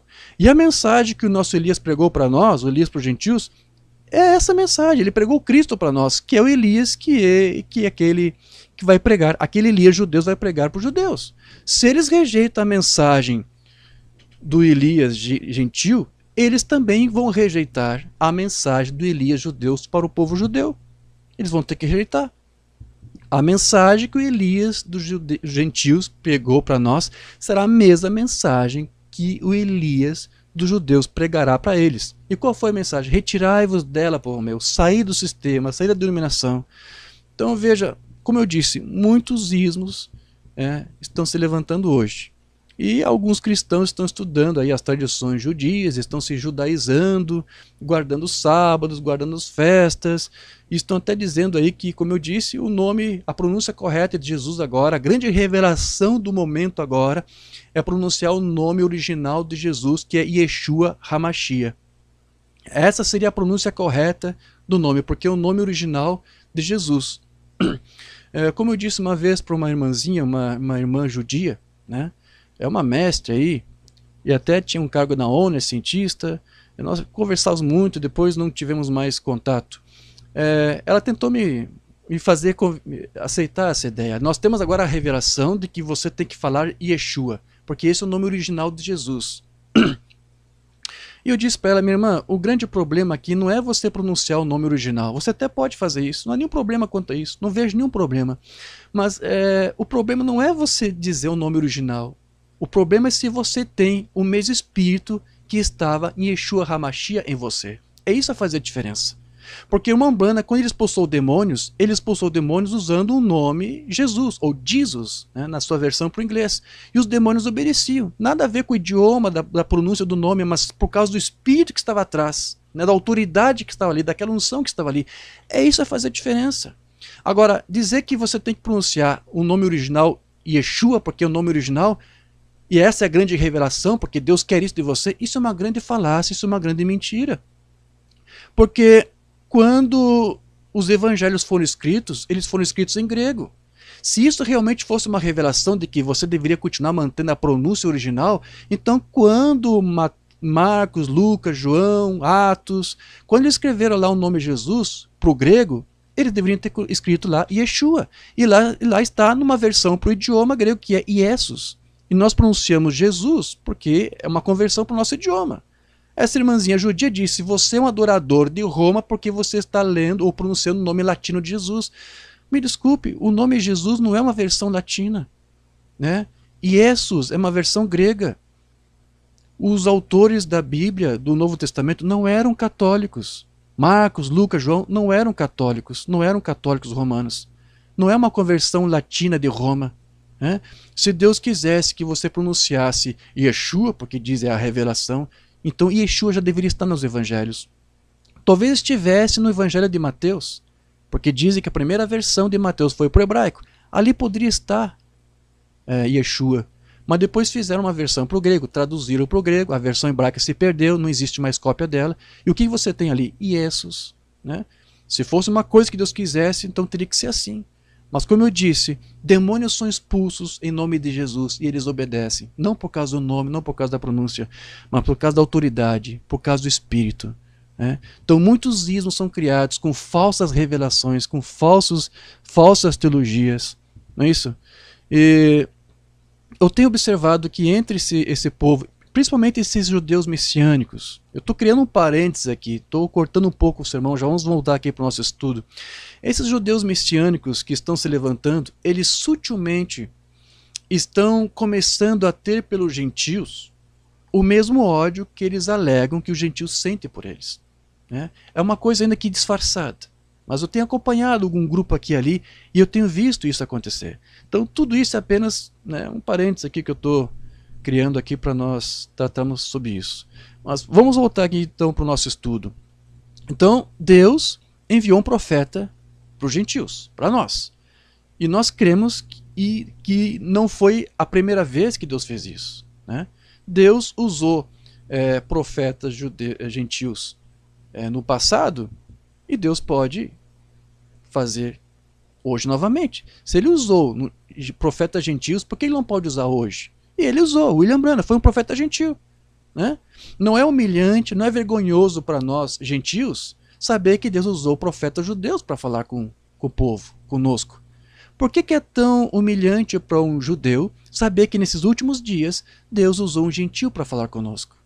Para nós gentios não é humilhante para nós saber que Deus usou profetas. Amém, damos amém por isso. Mas por que para o judeu é humilhante, né, admitir que Deus usou um gentil? E Deus usou, queridos, porque ele é o mesmo ontem, hoje e eternamente.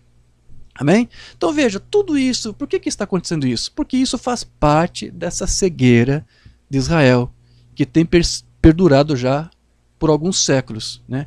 E sempre houve, na verdade, tentativas de aproximar Israel, os judeus, da mensagem, do evangelho. E alguns judeus, ao longo da história, sempre têm recebido Cristo como Messias, né? Jesus, o Nazareno, como Messias.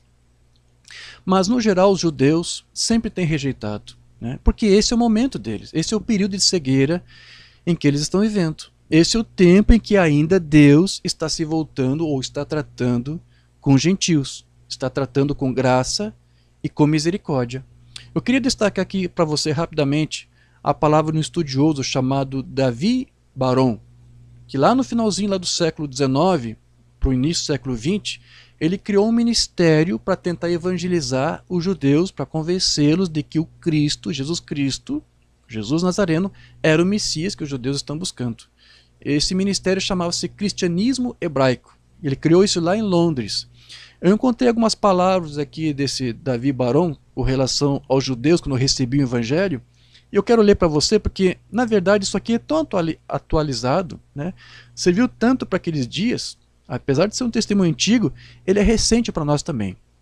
Então aqui ele diz o seguinte: tenho conhecido pessoalmente muitos homens amáveis e de caráter adorável entre os judeus, mas assim que o nome Jesus é mencionado, muda um semblante, como se tivesse um acesso de indignação, cerrando os punhos, rangendo os dentes e cuspindo no chão por causa da simples menção do nome. Você acha que lá no final do século XIX para cá isso mudou? Esse é o mesmo quadro.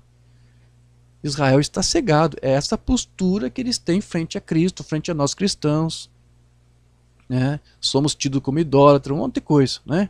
Existe então ainda uma discrepância muito grande, um antagonismo muito grande entre os judeus e os gentios ou os cristãos, né? Então Jesus, ele até anteviu essa rivalidade dos judeus contra os gentios cristãos e dessa intolerância que eles teriam para esse evangelho da graça que tem sido dado para nós, que foi estendido para nós os gentios. Jesus, ele se antecipou a isso, queridos, contando para nós uma parábola, que foi a parábola do filho pródigo, né? Que, aliás, pouquíssimos têm conseguido assim extrair a verdadeira mensagem dessa parábola. E é por isso que eu quero aqui me ocupar por alguns minutos, a partir de agora, para nós tratarmos sobre isso. Amém? Até se você tem a sua Bíblia e quiser ler e acompanhar comigo, abra a sua Bíblia, vamos ler, vamos estudar isso aqui, palavra por palavra do que Jesus falou aqui nessa parábola. Lucas capítulo 15, você vai encontrar essa parábola lá, a partir do versículo 11 até o 32. Lucas 15, verso 11 a 32. Aqui diz assim: continuou, certo homem tinha 2 filhos. 2 filhos. É isso que você vê aqui nessa parábola. Então, eu disse que, alguns minutos atrás, que não há nenhum problema de você fazer adequações ou adaptações das escrituras, ou até mesmo a parábola, para você até dar um outro sentido, ainda que seja um pouco diferente daquilo que estava determinado, o alvo principal para ela. Você pode fazer uma adequação desde que você faça com responsabilidade, que não fira o restante do contexto bíblico. Não há nenhum problema de você fazer isso. E essa parábola do filho pródigo, ela tem sido muito usada, né, para fazer evangelismo. Né? Eles pegam essa escritura aqui e dizem, pega aquela figura do filho pródigo que se afastou, estava longe do pai, diz: você que estava longe, você que está afastado, você que está perdido em pecado, volte para o pai, como aquele pai que recebeu o filho pródigo com as mãos abertas, volte para Deus, ele te receberá de braços abertos. Muitos têm usado essa parábola para fazer isso, como se essa fosse a única mensagem. Não há nenhum problema de você usar essa palavra para isso. Você pode fazer. É bom, é bonito, tem seu valor, tem sua importância. Não estou anulando tudo isso. Mas, na verdade, queridos, quando Jesus contou essa parábola, o alvo dele não é exatamente isso. Não era exatamente esse, de pregar para almas perdidas para se salvar. Não. Jesus aqui, quando ele contou esta parábola, ele estava tratando de algo que iria acontecer. Amém? Você tem que atentar aqui para o seu simbolismo nessa parábola. Então a parábola aqui começa, né? A parábola do filho pródigo que começa assim. Jesus disse: certo homem tinha 2 filhos. Nós temos que entender de imediato quem são esses 2 filhos. Quem são esses 2 filhos aqui? O filho mais velho aqui são os judeus. É Israel. O filho mais novo tipifica os filhos do reino. Tipifica, em especial, os gentios. O filho mais novo aqui, o filho pródigo, são os gentios. Depois, continua mais dizendo o seguinte: o mais moço, o filho pródigo, que agora vocês sabem em tipologia o que significa, o mais moço deles disse ao pai: pai, dá-me a parte dos bens que me cabe. E ele lhe repartiu os haveres. Então, vamos lá. Você tem que entender cada elemento aqui desta parábola. Não é normal para um filho pedir a parte da herança antes que o pai morra. E foi exatamente isso que o jovem mais moço aqui, o filho mais moço, pediu. Por que isto? Porque, na verdade, Cristo aqui está criando uma situação com esse diálogo, para dar para este filho mais moço aqui um quadro de insensatez, porque é isto que este filho está sendo. Não é sensato você pedir herança antes da morte do pai.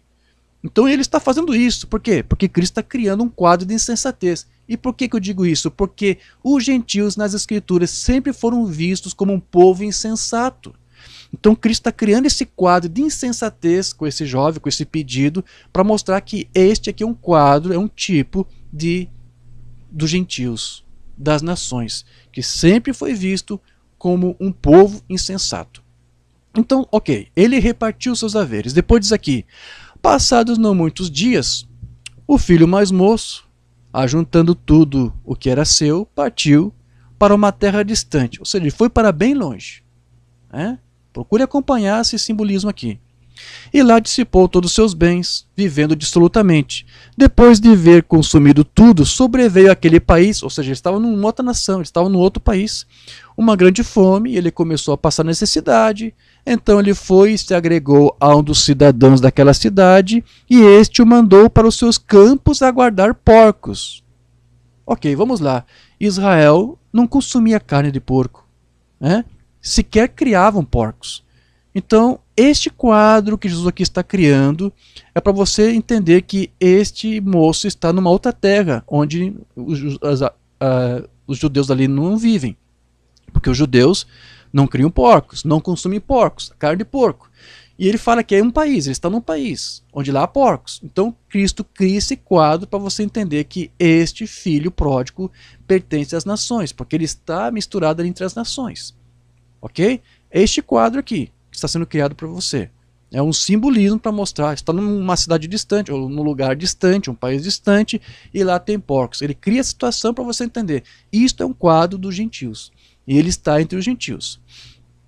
Depois, nós continuamos aqui a leitura.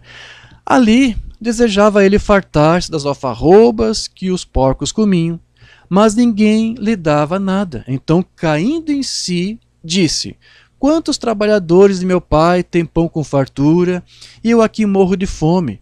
Levantar-me-ei, irei ter com meu pai, e lhe direi: pai, pequei contra o céu e diante de ti. Ou seja, este filho está começando a reconhecer a sua insensatez. já não sou digno de ser chamado teu filho, trata-me como um dos teus trabalhadores. E levantando-se foi para o seu pai.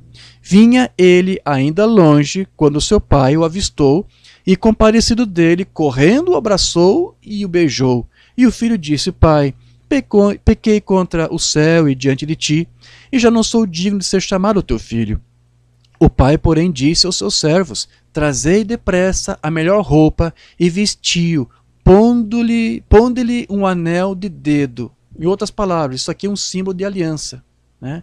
Uma aliança sendo afirmada aqui. Assim como Deus firmou uma aliança com nós, gentios, Deus, esse pai que está fazendo uma aliança com esse filho, né? E é uma aliança de quê? De graça e de misericórdia. Assim como este pai está tratando esse filho de volta com graça e misericórdia, sem impor condições para recebê-lo, assim Deus fez conosco, com nós, as nações, os gentios, né? E depois diz, e sandálias nos pés, trazei também e matais o novilho cevado, comamos e regozijemo-nos. Veja, para consolidar aquela reconciliação do pai com o filho, foi feito um sacrifício, sangue foi derramado. O que isso sugere a você? O que você entende com isso?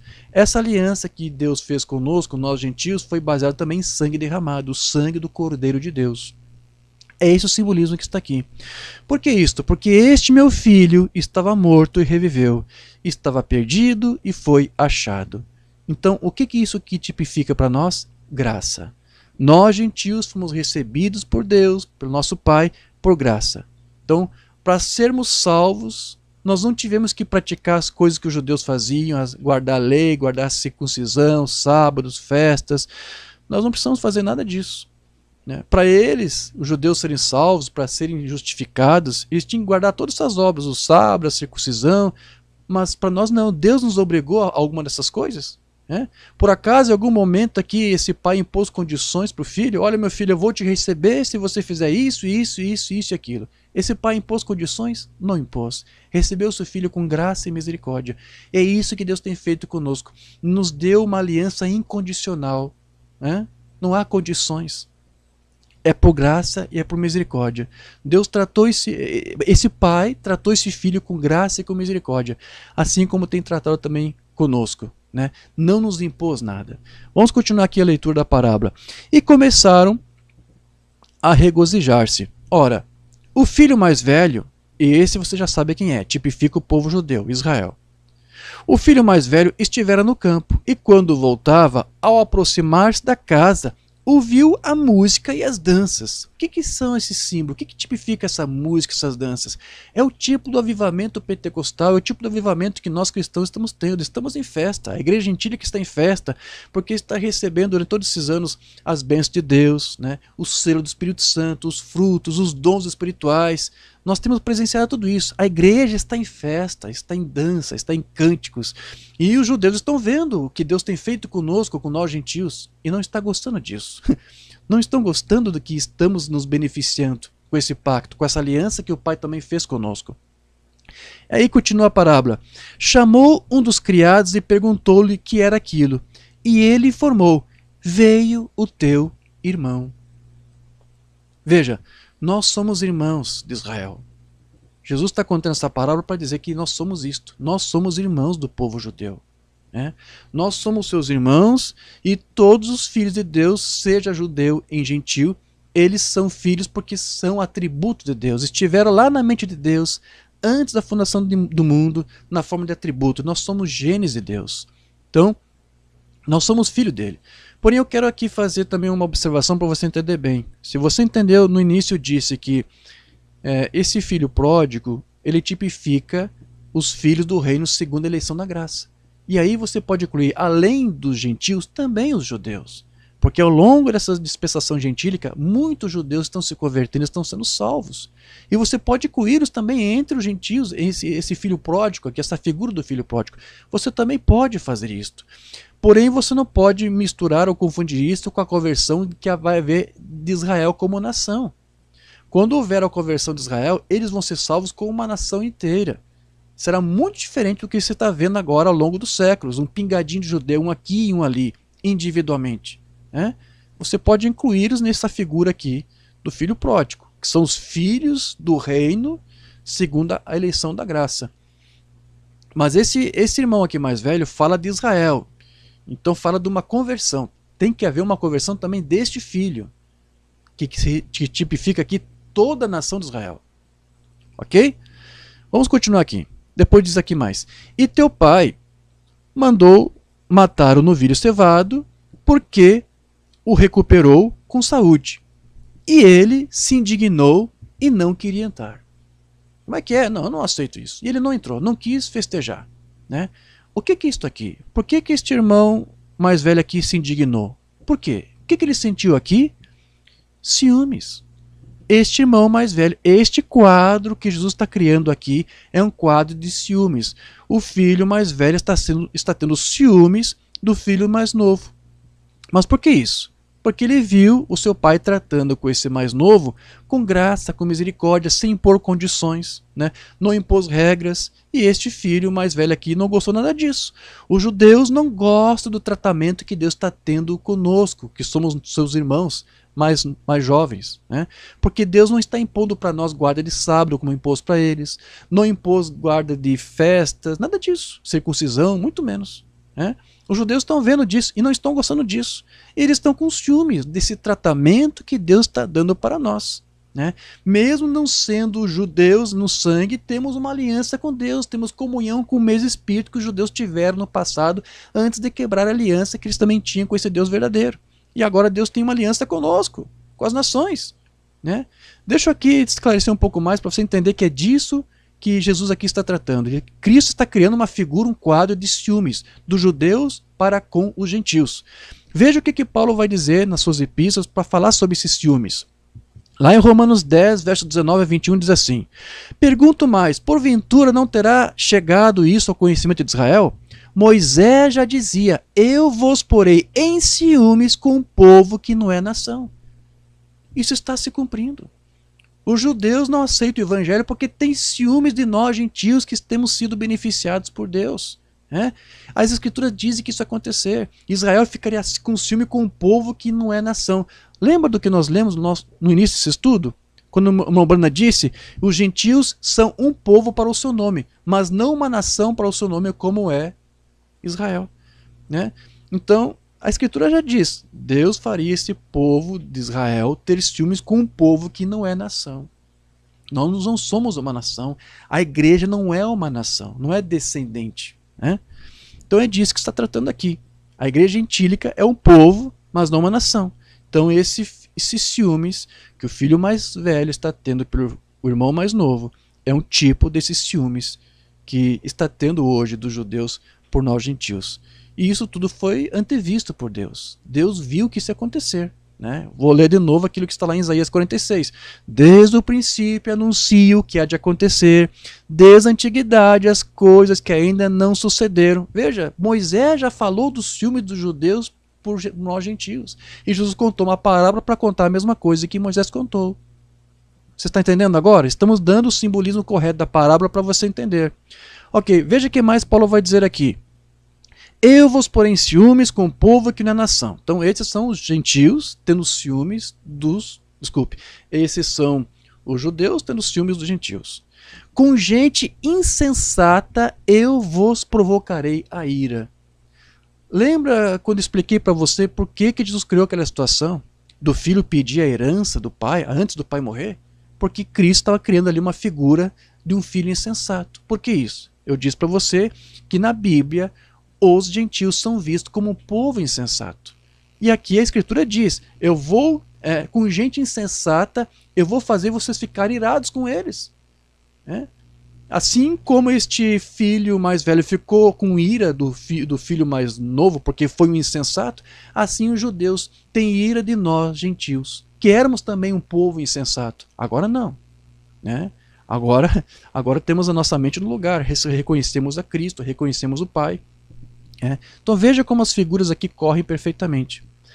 E depois diz mais, e Isaías a mais se atreve e diz, fui achado pelos que não me procuravam, revelei-me aos que não perguntavam por mim. Novamente aqui está falando dos gentios. Nós não buscávamos por Deus. Não fomos nós que buscamos, foi Deus que nos buscou na verdade. Quando o filho pródigo apareceu, O pai correu até o filho, de mãos abertas. O pai correu até o filho. Né? Então é o pai que nos busca. Né? Mas nós éramos estranhos a isso. Nós éramos estranhos às alianças, nós éramos estranhos aos pactos, né, que Deus tinha com o povo de Israel. Depois, continuando aqui. Quanto a Israel, porém, diz, todo dia estendia as mãos a um povo rebelde e contradizente. Então isso mostra que este quadro aqui desse filho mais velho, tendo ciúmes pelo filho mais novo, está tipificando esses ciúmes que Israel tem pelo povo gentil, ou antes, pelos filhos da eleição da graça que pertencem agora a essa dispensação gentílica. Ok. Quero ler mais uma outra escritura ainda. Lá em Romanos 11:11, Paulo vai dizer assim, ainda mais sobre esses ciúmes. Pergunto, pois, porventura tropeçaram para que caíssem? De modo nenhum. Mas, pela sua transgressão, veio a salvação aos gentios para pô-los em ciúmes. Então as escrituras falavam que os judeus teriam ciúmes de nós gentios. Então isso tudo que você vê ali na parábola é um quadro profético do que as profecias falavam, do que estamos vivendo hoje. Israel na sua cegueira está com ciúmes de nós cristãos gentios. Ok, vamos voltar então para o ponto da parábola onde nós paramos. Continuando aqui. Saindo, porém, o pai procurava conciliá-lo. Mas ele respondeu ao seu pai, há tantos anos que te sirvo sem jamais transgredir uma ordem tua. Vamos lá, isso aqui está ilustrando o orgulho judeu. Os judeus sempre se orgulharam de ser um povo que tinha aliança com Deus, com seu pai. Né? O judeu sempre se orgulhou de ser um povo que tinha leis, que tinha um pacto com o Sinai. Olha, nós guardamos os sábados, nós guardamos a circuncisão, nós guardamos o jejum, nós guardamos as festas, nós fazemos tudo que Deus nos ordenou.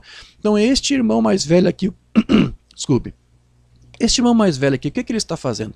Ele está aqui mostrando orgulho. Ele disse, olha, eu sempre fiz tudo o que o Senhor mandou fazer.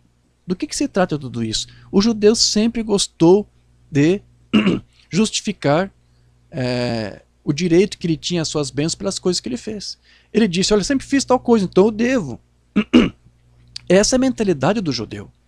Não é uma mentalidade da graça. Nós não achamos que recebemos uma bênção porque merecemos. Nós não merecemos nada do que fazemos. De graça Deus nos deu. Mas os judeus sempre tinham que fazer por merecer. E aqui esse filho está dizendo, olha, eu sempre fiz isso, sempre fiz aquilo. Né? Então vamos ler aqui.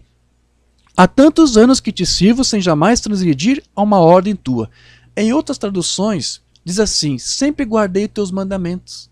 Porque ao povo Israel foram dados os mandamentos para eles guardarem. Né? Então este quadro aqui de um filho dizendo, eu sempre guardei a lei. Né? É um quadro, mais uma vez, mais um elemento para você entender que este filho aqui está tratando dos judeus. Né?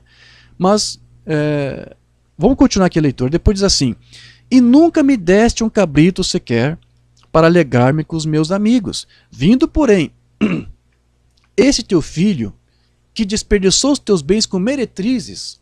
Meretrizes. Deixa eu tomar uma água aqui. Só um pouquinho. Você sabe que na Bíblia meretrizes é tipo de quê? De igrejas. As mulheres tipificam igrejas. Meretrizes, prostitutas são as denominações. E a grande, né, prostituta é a igreja romana. É a mãe, né, das outras que são filhas. E você sabe que nas tradições religiosas lá dos caldeus, dos cananeus, havia também aquelas prostitutas dos templos sagrados, onde elas se prostituíam para reverenciar, para cultuar os ídolos. Então, a figura de uma prostituta sempre esteve relacionada também à idolatria. Então, isso aqui é mais um quadro que está sendo pintado aqui para ilustrar este filho mais jovem como gentios, porque nós estávamos assim. Né? Nós, quando éramos gentios, que não conhecíamos a aliança, que não tínhamos pacto com o Pai, antes de nos convertermos, nós éramos pagadores de promessas, nós nos curvávamos diante de imagens, de ídolos, não é isso? Éramos devotos de santos, praticávamos a idolatria. Nós éramos como esse filho pródigo. Né? Nós gastamos tudo com meretrizes, ou seja, nós gastamos todo o nosso tempo com as falsas igrejas, porque essas meretrizes são um tipo das falsas igrejas. Né? Esse filho que gastou tudo com as meretrizes é a figura de nós no passado, que gastamos tudo que tínhamos com as falsas religiões, com as falsas igrejas. Amém. Depois diz, tu mandaste matar para ele o novilho cevado. Então lhe respondeu o pai: meu filho, tu sempre estás comigo. Tudo que é meu é teu. O que significa isso? Deus nunca rejeitou Israel. Deus nunca abandonou o povo de Israel. Deus nunca rejeitou o povo judeu. Ele repreendeu, ele castigou este povo, realmente, pela sua desobediência, mas Deus nunca riscou Israel da sua herança. Deus nunca jamais anulou uma promessa única que ele fez para o povo de Israel. Então aquele Deus, nessa figura, está dizendo: olha, tudo que é meu é teu. Só que agora ele estaria aqui agregando mais alguns filhos junto aos judeus, né? Nós que somos gentios. Porque juntos, né, nós formamos agora o quê? Uma família só. Né? Você tem que se lembrar daquela palavra profética que foi dita acerca de Jafé, filho de Noé. Isso está lá em Gênesis 9, 27. Alargue Deus a Jafé e habite nas tendas de Sem. Segundo alguns, Jafé era o pai dos gentios e Sem era o pai dos semitas, de onde veio os hebreus, os judeus. Né? Os israelitas, eles são descendentes do bisneto de Sem, Eber, que daí veio o termo hebreu. Então vamos lá, literalmente, então nós somos irmãos dos judeus, porque se somos da descendência de Jafé, e Jafé é irmão de Sem, então nós somos irmãos dos judeus. John Wesley interpretava a escritura como que dizendo que ambos, futuramente, judeus e gentios, ambos iriam habitar na mesma tenda, ou seja, eles iam compartilhar do mesmo evangelho, dos mesmos benefícios do evangelho. Então, essa figura de Jafé habitando nas tendas de Sem é uma figura desse filho mais pródigo, agora sendo trazido de volta para a mesma tenda e para usufruir dos mesmos benefícios. Né? O mesmo Deus que Israel servia, agora nós gentios também servimos. Né? Temos um pacto até superior ao deles, que é um pacto de graça, baseado em melhores e superiores promessas. É disso que está tratando aqui. Ok? Vamos continuar aqui com a parábola. Então, tudo que é meu é teu. Entretanto, era preciso que nos regozijássemos e nos alegrássemos, porque esse irmão estava morto e reviveu, estava perdido e foi achado. Graças a Deus. Então isso aqui é uma figura, essa parábola do filho pródigo está tratando aqui dessa rivalidade que haveria entre os judeus e os cristãos gentios, a igreja gentílica. E a razão disso é porque eles seriam cegados, e é por causa dessa cegueira que até hoje os judeus como nação ainda não conseguem receber o evangelho. Né? Esse irmão não quis entrar na festa. Né? E até hoje não querem cantar conosco, não querem dançar conosco. Não é isso? Porque esse é o período de cegueira que eles têm que viver. Esse é o período de ciúmes que eles têm que ter por nós gentios. Agora, eu quero ler rapidamente aqui, antes de nós encerrarmos essa parte desse estudo, uma palavra do apóstolo Paulo que ele escreveu lá na carta aos Efésios. Porque eu tenho dito que aqui em Efésios você tem uma chave para compreender o que foi dito aqui nessa parábola do filho pródigo. Paulo conseguiu, em poucas palavras, resumir essa parábola do filho pródigo aqui. Você quer ver? Efésios 2, verso 11 em diante, até o versículo 20. Portanto, lembrai-vos de que outrora, vós gentios na carne, chamados incircuncisos por aqueles que se intitulam circuncisos na carne, por mãos humanas, naquele tempo, estáveis sem Cristo, separados da comunidade de Israel, né? Que é o nosso irmão mais velho, e estranhos às alianças da promessa, não tendo esperança e sem Deus no mundo. Sim, Satanás até nos fez comer as alfarrobas dos porcos, não é isso? Porque estávamos afastados.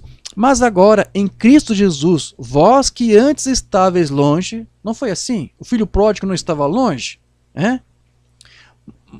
Mas agora, em Cristo Jesus, vós que antes estáveis longe, fostes aproximados pelo sangue de Cristo, pelo sacrifício. Porque ele é a nossa paz, o qual de ambos, os dois irmãos, fez um. Agora somos uma só família. E tendo derribado a parede de separação que estava no meio, a inimizade, aboliu na sua carne a lei dos mandamentos na forma de ordenanças. Aquele pai não impôs mandamentos, não impôs ordenanças para aquele filho, assim como Deus não impôs mais para nós, e nem para os judeus. Os judeus não precisariam mais guardar sábados, festas, não precisariam. E há alguns que não guardam. Realmente entenderam que a salvação é de graça. Por isso que o filho pródigo tipifica tanto os gentios como os judeus que receberam a salvação pela graça. né? Inimizade, aboliu na sua carne a lei dos mandamentos na forma de ordenanças, para que dos dois criasse um em si mesmo, um novo homem, fazendo a paz, e reconciliasse ambos, o filho mais velho com o filho pródigo, em um só corpo com Deus por intermédio da cruz, destruindo por ela a inimizade. E vindo, evangelizou paz a vós outros que estáveis longe. Né? Lembre-se mais uma vez daquela figura do filho pródigo que estava longe, em outro país. E paz também aos que estavam perto. Quem é esse que está perto? Israel. Lembra do pai? O que ele disse para o filho mais velho? Tu sempre está comigo, né? Você está próximo a mim. Está falando ali de Israel, dos judeus. Né? Porque por ele ambos temos acesso ao Pai em um Espírito. Assim já não sois estrangeiros e peregrinos, mas concidadãos dos santos e sois da família de Deus. Estamos habitando nas tendas de Sem, edificados sobre o fundamento dos apóstolos e profetas, sendo ele mesmo, Jesus Cristo, a pedra angular. Então veja que isto que Paulo aqui está falando ilustra aquele quadro que nós vimos agora há pouco da parábola do filho pródigo. E você tem que se lembrar que Jesus também disse que ele iria arrebanhar no seu aprisco também um outro povo. Você lembra disso? João 10,16. Ainda tenho outras ovelhas não deste aprisco aqui de Israel. A mim me convém conduzi-las. Elas ouvirão a minha voz, então haverá um rebanho e um pastor. Nós estamos agora habitando as tendas de Sem. Agora somos um povo e com um só Deus. Amém. Antes de encerrar esse estudo, meu querido, só quero ilustrar aqui mais uma parábola que Jesus contou. Você entendeu, eu creio, essa altura, o que significa esta parábola do filho pródigo. Eu disse para você que uma parábola, uma escritura pode ter mais de uma interpretação. Uma Umbanda disse isso. Você pode adequar. Né? Não há nenhum problema de você usar essa parábola para fazer evangelismo. Mas eu quero crer que o foco principal de Jesus, quando ele contou essa parábola, é para isso aqui que nós acabamos de externar para você. Então, Jesus ele previu tudo isso. Ele previu que os judeus teriam ciúmes, assim como também previu que Israel não iria aceitar o evangelho quando ele estava ali pregando para eles. Jesus estava ali evangelizando, ele assentou ali seus apóstolos, né? Mas ele sabia que Israel estava rejeitando e continuaria empedernido a tudo aquilo. E Jesus contou uma parábola para ilustrar o que estava acontecendo e o que iria acontecer depois que ele partisse. Ele contou uma parábola, né? Para ilustrar isso. Né? Então, você deve conhecer aquela parábola chamada da figueira estéril. Aquela figueira estéril, ela se referia ao povo de Israel como nação. Jesus esteve ali evangelizando, instituindo, declarando o reino dos céus está próximo, mas Israel não estava se convertendo, não estavam produzindo frutos de arrependimento. Então, houve alguns eleitos que receberam, além dos apóstolos, outros receberam, que são a figura da igreja, os filhos do reino, como Umbanda disse. Umbanda disse que a igreja foi instituída no dia que o Pentecostes caiu ali. Não foi? Umbanda fala nas suas mensagens. Ali começou a verdadeira igreja. Né? Então começou com quem? Com os judeus que estavam ali. Então houve um povo que realmente creu. Mas a nação como Israel em si não creu. E nessa parábola da figueira, Jesus estava representando toda a nação de Israel, suas autoridades, com aquela figueira. Ela não estava produzindo frutos.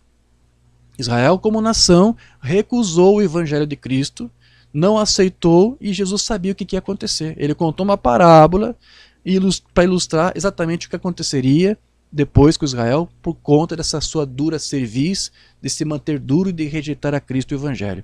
Vamos ler essa parábola? Eu leio isto aqui e comentamos e encerramos essa parte. Lucas 13, versos 6 a 9.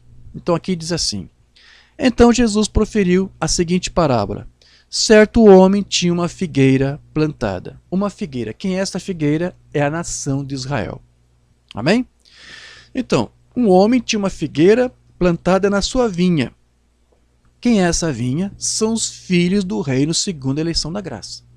Que não precisam viver debaixo da lei. São a eleição da graça. É a igreja. Tá? Os estudiosos dizem que não era muito normal uma figueira ser plantada junto com uma vinha. Mas aqui nessa parábola existe. Por que isso? Porque aqui é a nação de Israel e este povo, né, que Deus está formando, que é a sua igreja, que é a vinha. Então, estão plantadas juntas. Ok. Aí depois diz assim: E vindo procurar fruto nela, na figueira, que é Israel, não achou. Ou seja, Israel não estava produzindo frutos de arrependimento. Não estavam se convertendo com a mensagem que Cristo ali estava pregando para eles, né? Pelo que disse ao viticultor. Quem é esse viticultor aqui? Jesus Cristo. O dono, o proprietário aqui é Deus, o Pai de Jesus Cristo. Então aqui Cristo está criando uma situação onde o filho conversa com Deus, o seu Pai, né? Disse o viticultor. Não, vamos lá, é o inverso. Disse ao viticultor. Então aqui é o proprietário conversando com quem estava cultivando. O viticultor é quem estava cultivando. Cristo estava ali cultivando, né? E Deus, o Pai, é o proprietário. Então aqui o proprietário vai dizer para aquele que estava cuidando dali, né? Há 3 anos venho procurar fruto nessa figueira e não acho. E era o que estava acontecendo ali. O proprietário, Deus, estava ali já há 3 anos encarnado no viticultor, no seu Cristo, no seu Filho, pregando o Evangelho, porque o Filho disse, não sou eu que faço as obras, é meu Pai que habita em mim que faz, o proprietário dessa vinha, dessa figueira. Então o Pai já estava ali, Deus estava ali, por 3 anos, que foi o tempo que durou o ministério de Jesus, ou 3 anos e meio, o Pai esteve ali pregando e não havia conversão de Israel. Há 3 anos venho procurar fruto nesta figueira e não acho. Podes cortá-la. Para que está ela ainda ocupando inutilmente a terra? Né? O viticultor, que é Cristo, está aqui também como juiz, ou estava ali naqueles dias como juiz. Então ele diz, você tem autoridade para cortar, mas agora o viticultor vai atuar como intermediário, como um mediador, porque é isso que Cristo é um sacerdote também, não é isso? Ele, porém, respondeu, Senhor, é o viticultor conversando agora com o proprietário, é o filho conversando com Deus. É essa figura que Cristo está criando com essa parábola. Deixa ainda este ano, até que eu escave ao redor dela e lhe ponha estrume. Ou seja, eu vou pôr nutrientes, eu vou adubar, eu vou cuidar, eu vou dar um cuidado especial, eu vou alimentar ela. Se vier a dar fruto, então está bem. Se não, mandarás cortá-la. E o que foi que aconteceu, queridos? A figueira foi cortada. Foi cortada. O viticultor fez o que o proprietário permitiu, né? Ele enviou os nutrientes, ele enviou o adubo. O que era isso? Esses nutrientes é o tipo do Pentecostes. Quando Deus derramou o Espírito Santo, ele vitaminou o povo que estava ali, deu seus nutrientes, nos alimentou, nos deu vida, ou mais praticamente para o povo que estava ali, não é isso? Na ocasião do Pentecostes. E a vinha se beneficiou muito, porque não era só apenas para a figueira, era para todos. A vinha se beneficiou daqueles nutrientes. Mas Israel como nação se beneficiou? Não. Israel, mesmo com aqueles nutrientes, mesmo com o Espírito Santo sendo derramado ali em línguas de fogo, Israel como nação não se converteu, muito pelo contrário, até perseguiu a vinha. Você sabe que Estevão foi apedrejado até a morte. Herodes mandou matar Tiago ao fio da espada. Os sacerdotes, os líderes religiosos prenderam os apóstolos, e lá em Atos diz que todos se alegraram, até com a morte de Tiago se alegraram, os judeus se alegraram. Ou seja, não houve uma conversão de Israel. A figueira continuou sem dar frutos. E qual foi o resultado? Você já sabe. Os livros de história, Joséfo te conta o que aconteceu. A figueira foi podada, foi cortada. No ano 66, Tito, o imperador romano Tito, cercou Jerusalém por 4 anos, e no ano 70 eles conseguiram penetrar na cidade e destruíram, o templo foi queimado, né? Alguém jogou um fogo, alguém incendiou o templo, até por parte dos próprios soldados romanos, e os próprios soldados romanos tentaram apagar o incêndio, não por respeito à cultura, à religião judaica, não, é porque havia ouro naquele templo, e os romanos queriam preservar para ver se recuperava, mas não, tudo se perdeu. Isso foi no dia 10 de agosto de 70, segundo os registros de Joséfo. E ali, meus queridos, Jerusalém foi tomada, os romanos pisaram mais uma vez aquela terra, e ali, desde então, os judeus sofreram uma das maiores diásporas da sua história, por mais de 1800 anos. Né? Então essa parábola da figueira se cumpriu. Né? A história mostra para você que tudo isso aconteceu. Né? Porque os judeus se manteram empedernidos e ficaram cegados, e estão cegados até hoje. Amém? Eu vou cortar esse ensino aqui nessa parte, para não ficar longo demais, e no próximo vídeo nós vamos tentar prosseguir e concluir esse estudo que estamos ministrando. Eu espero que isso possa estar ajudando a você, e que isso venha esclarecer até você entender o que a Bíblia fala e o que William Branham fala sobre esse tema de Israel. Amém, meus queridos? Deus os abençoe no nome de Jesus Cristo. Amém.